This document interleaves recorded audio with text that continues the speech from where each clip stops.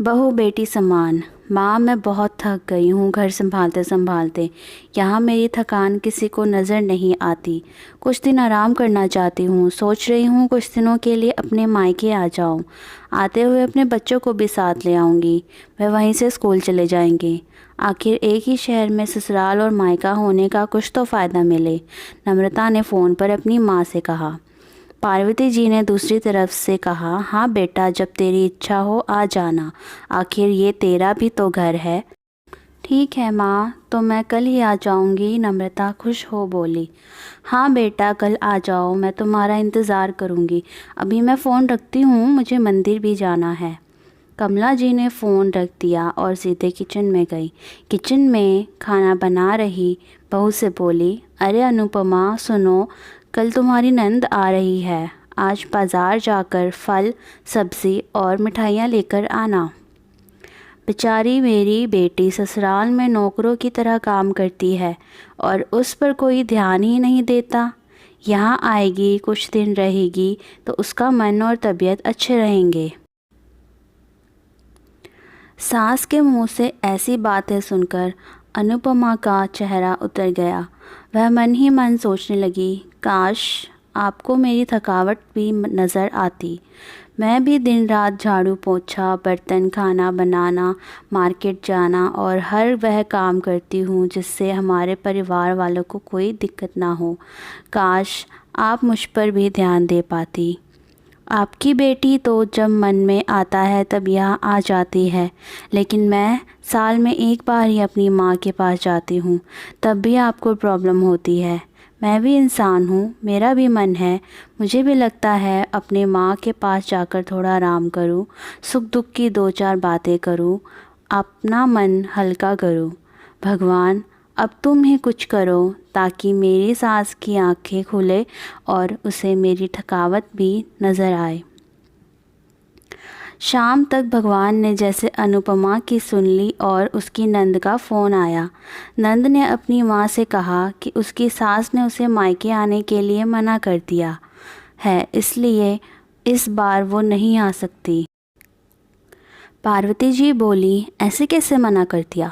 पहले तो कभी वह तुम्हें आने के लिए नहीं रोकती थी, इस बार भला क्या हो गया? लाओ मेरी बात कराओ, उन्हें मैं समझाती हूँ। नम्रता ने फ़ोन अपनी सास के पास दिया। पार्वती जी ने कहा, नमस्कार समधन जी, आपसे कुछ कहना था। समधन जी ने कहा, कहिए। दरअसल नम्रता कल त्यौहार है, इसलिए अपने मायके आना चाहती है। अगर आप उसे भेज देते तो अच्छा रहेगा। नम्रता की सास ने कहा, देखिए समधन जी, आपकी बेटी मायके जाकर रहे इस बात के लिए हमने उससे कभी नहीं रोका और इस बात से हमें कोई प्रॉब्लम भी नहीं है। कुछ दिनों पहले मैं अपने रिश्तेदार की शादी में गई थी। वहाँ आपकी बहू अनुपमा की माताजी से मिलने का मौका मिला। उनसे गपशप करने के दौरान उनकी बातों से पता चला कि अनुपमा को साल में एक ही बार अपने मायके जाने को मिलता है और वह भी बहुत कम समय के लिए। मुझे लगता है आपको पहले अनुपमा को उसके मायके भेज देना चाहिए और वह जब मायके होकर आ जाएगी तो मैं नम्रता को आपके पास भेज दूंगी।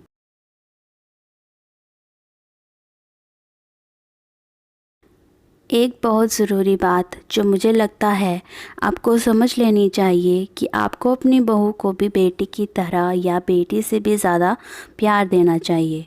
उसे भी मायके जाने की इच्छा होती होगी। हो सकता है नम्रता के वहाँ आने से उसकी आवभगत करने के लिए आप उसे उसके मायके नहीं भेजती होंगी, या फिर वह आपसे कुछ कहने से भी डरती हो।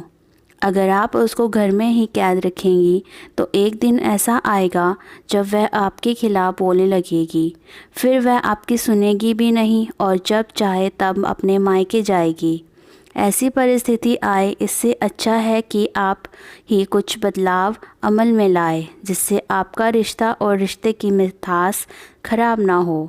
पार्वती को अपने समधन के हर एक शब्द में सच्चाई नज़र आई। उन्हें महसूस हुआ कि उन्हें अपनी बेटी के प्यार में अंधे होकर कभी भी अपनी बहू के मन का विचार नहीं किया उन्होंने हमेशा ही अपनी बेटी को अपने बहू से ऊपर रखा।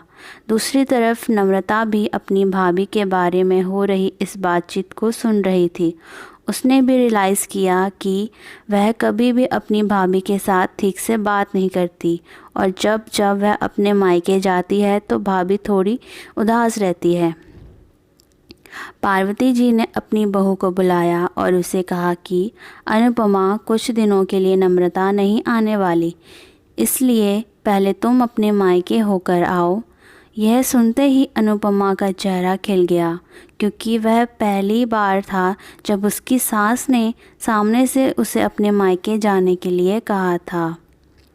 अगले दिन अनुपमा अपने मायके गई और इस बार 1-2 दिन नहीं, पूरे हफ्ते भर रहकर आई। अपनी माँ बाप से, अपने रिश्तेदारों से मिलकर आई और जब वह लौट कर आई तो उसका चेहरा खिला हुआ था, उसकी आंखें चमक रही थीं।